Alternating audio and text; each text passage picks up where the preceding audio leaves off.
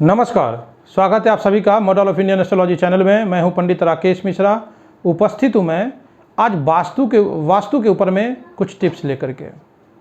आज हम बात करेंगे कि वास्तु में किस प्रकार से वास्तु को ध्यान देकर के हम अपने रिलेशनशिप को मजबूत कर सकते हैं या सुधार सकते हैं। क्योंकि आज के समय में सबसे ज़्यादा अगर किसी भी प्रकार की लोगों को समस्याएं हैं तो रिलेशनशिप को लेकर के बहुत सारे कॉल आते हैं और आजकल मैक्सिमम फैमिलीज में और बाहर में भी इस बात को देखा गया है। तो मैं वास्तु के ऊपर में इसके ऊपर में आपको कुछ टिप्स बताने की कोशिश कर रहा हूँ। घर में ईस्ट, वेस्ट, नॉर्थ और साउथ, ये 4 दिशाएं हैं, डायरेक्शन है। अगर आपको अपने घर के वास्तु फॉर रिलेशनशिप के ऊपर में अगर मैं बात करूं, इसको अगर थोड़ा सा अगर जजमेंट लेना हो तो कैसे लेंगे। अपने घर के मिडिल सेंटर में जाइए और यहाँ पर मैं ईस्ट और नॉर्थ को और वेस्ट और साउथ को 2 भागों में डिवाइड करिए।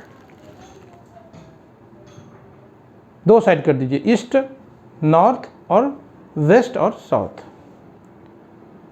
सबसे पहले हमें जानना चाहिए कि रिलेशनशिप हम 2 तरीके से मेंटेन करते हैं। या तो हम एक्टिव मोड में होते हैं, जैसे बाहर से कोई व्यक्ति आपके घर में आता है या परिवार के साथ में हम लोग समय व्यतीत करते हैं।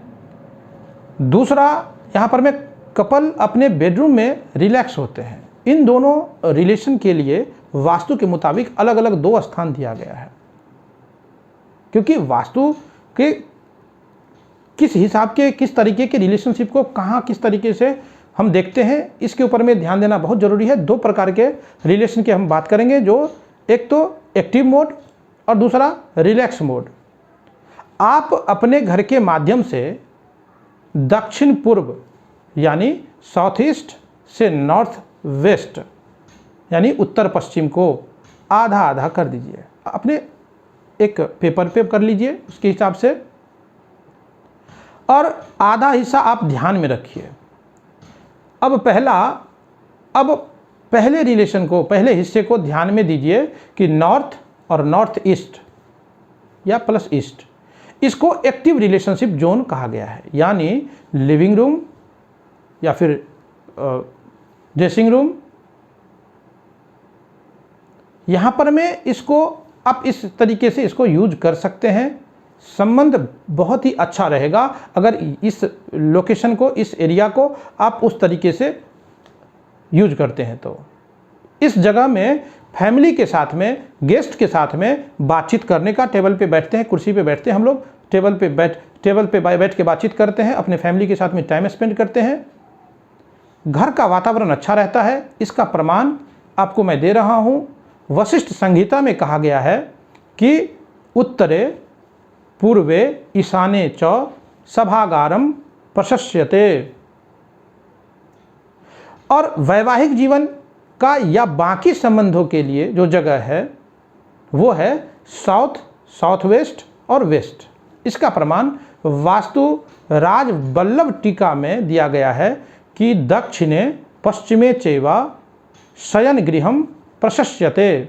इसका मतलब है कि वैवाहिक जीवन को अच्छा बनाने के लिए, क्योंकि आज के समय में वैवाहिक जीवन को ही अच्छा बनाने का ये सबसे ज़्यादा बड़ा क्वेश्चन है।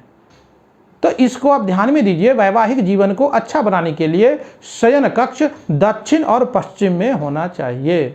इसका प्रमाण और लीजिए। एक प्रमाण और है, मय मतम नामक एक ग्रंथ है, इसमें है नृत्यो सुति गृहम च वयसम। और प्रमाण है सम्रागमन सूत्रधार करके एक पुस्तक है, इसमें है नृपांत पुरमिच्छन्ति मृगे पित्रयो तस्करम। एक और प्रमाण लीजिए। 3 प्रमाण नारद संहिता में दिया गया है, याम याम शयन गारम पश्चिमे शयन गारम। सभी प्रमाणों को अगर आप ध्यान दें तो 2 तरीके से देखें, एक एक्टिव मोड और एक रिलैक्स मोड। यानी जहाँ पर में हम रिलैक्स होते हैं, वैवाहिक जीवन, दाम्पत्य जीवन को सुखी और मजबूत बनाने के लिए अगर हमें ध्यान देना है तो मैंने जैसे आपको बताया है कि शयन कक्ष हमारा दक्षिण पश्चिम में ही होना चाहिए। इस बात का आप नोटिस करके चलिए। ये वास्तु के हिसाब से प्रमाणभूत ग्रंथ हैं, जो हमने 3-4 आपको प्रमाण बताए हैं, चाहे वो नारद संहिता हो, मयमतम नामक पुस्तक है, या फिर वशिष्ठ संहिता हो। इन सारे पुस्तकों में आप भी देख सकते हैं, पढ़ सकते हैं।